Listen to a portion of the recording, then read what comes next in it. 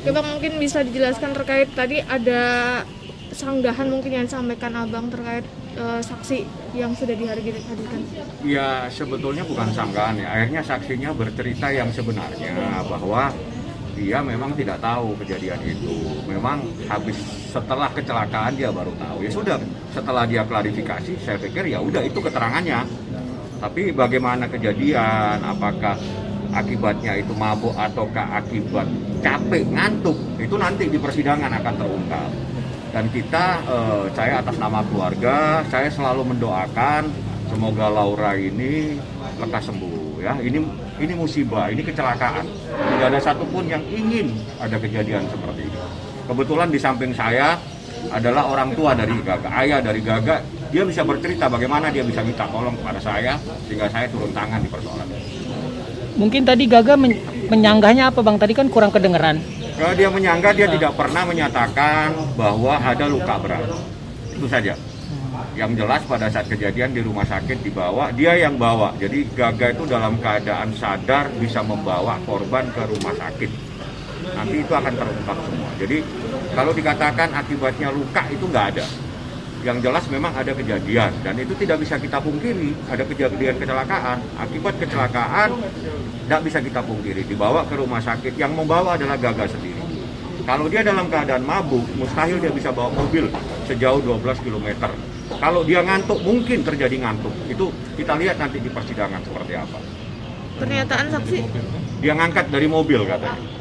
Pernyataan saksi berarti sedikit menguntungkan Bang tadi? Ya kalau saksi sih bukan persoalan menguntungkan, itu kejadian yang sebenarnya. Jadi ini bukan dagang untung dan rugi ya. Ini adalah mencari kebenaran. Ini musibah yang saat ini dialami oleh Gaga dan terutama Laura. Kita doakan, mudah-mudahan bisa lekas sembuh, mudah-mudahan semangatnya semakin kuat. Itu yang bisa kita harapkan saat ini ya. Mungkin dari ayahnya Gaga. Untuk Om sendiri melihat kondisi Gaga sekarang ini? Alhamdulillah, Gaga dari sisi fisik ya baik-baik saja, tapi kalau bicara soal psikis saya tidak bisa menjelaskannya, karena dia sendiri yang bisa akan merasakan itu ketika kita direnggut kebebasan kita sudah pasti bisa merasakan seperti itu. Tapi ya sudahlah, artinya ini sebagai bentuk tanggung jawab juga, dia juga menghormati hukum, kami pun keluarga menghormati hukum, sehingga kemudian kami menyerahkan proses ini kepada proses pengadilan yang sebenarnya, dan saya mengharap yang keadilan ya. Sudah sempat menjenguk Gaga belum Om? Saya hampir setiap hari menjenguk Gaga di sana. Dia selalu bercerita, selalu menguatkan saya juga sebagai orang tuanya. Dia bilang Bismillah Pak, kita bangkit mulai sekarang. Mudah-mudahan ini menjadi sebagai titik balik buat kita untuk maju lagi lebih baik lagi ke depan. Om, ada komunikasi dengan keluarga Laura sendiri? Sebelum masuk ke proses ini kami biasa komunikasi. Saya berkali-kali juga ketemu dengan Laura sendiri, dengan orang tuanya Laura.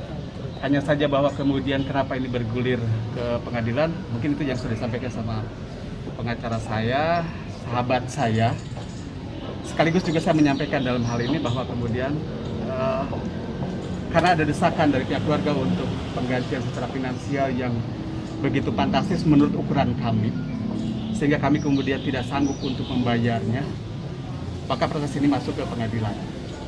Bahkan saya saat itu untuk membayar seorang pengacara seperti saudara saya Bahmid saja, itu saya tidak sanggup.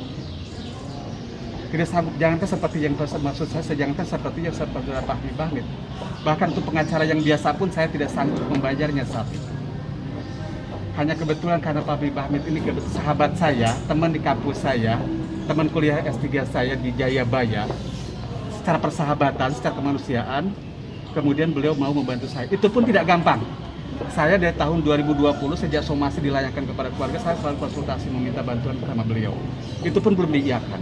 Sampai dengan proses ketika anak saya ditahan di rutan, barulah kemudian beliau mau ketemu lagi dengan saya dan bicara soal ini.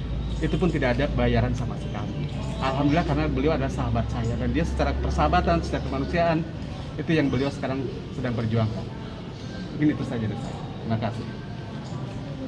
Om, katanya kan sebelum ini pas Jaksa kan mau nikahin tuh ya. Oh iya, Ya. kalau itu bener. Terus Itu bisa cerita sendiri dia nanti. itu apa terkait kalau misalnya Gaga udah keluar hukum, apakah rencana itu akan kembali di ini? Kalau masalah itu dikembalikan ke Gaga, saya pada dasarnya selaku orang tua sebagai bentuk tanggung jawab orang tua terhadap anaknya karena kami tidak bisa memenuhi tuntutan yang mereka inginkan. Maka saya pada dasarnya ikhlas saja karena pada sebelum awal-awal kejadian ini masuk di pengadilan pun sudah kami diskusikan dengan Gaga. Bahkan Gaga juga punya keinginan secara pribadi untuk menikahi dia sebagai bentuk tanggung jawab dan rasa sayang dia kepada Laura sendiri. Didukung oleh kami pihak keluarga. Rencananya kapan Pak pernikahannya tadinya? Kalau pernikahan kita lihat proses hukum dulu, Pak. Jadi proses hukum jalan, kita lihat seperti apa yang jelas. Kita hanya bisa berdoa saat ini. Ini adalah musibah, yang satu dalam keadaan cacat ya, yang satu saat ini ada di dalam tahanan. Ini dua-duanya akibat kecelakaan tersebut, dua-duanya mengalami musibah.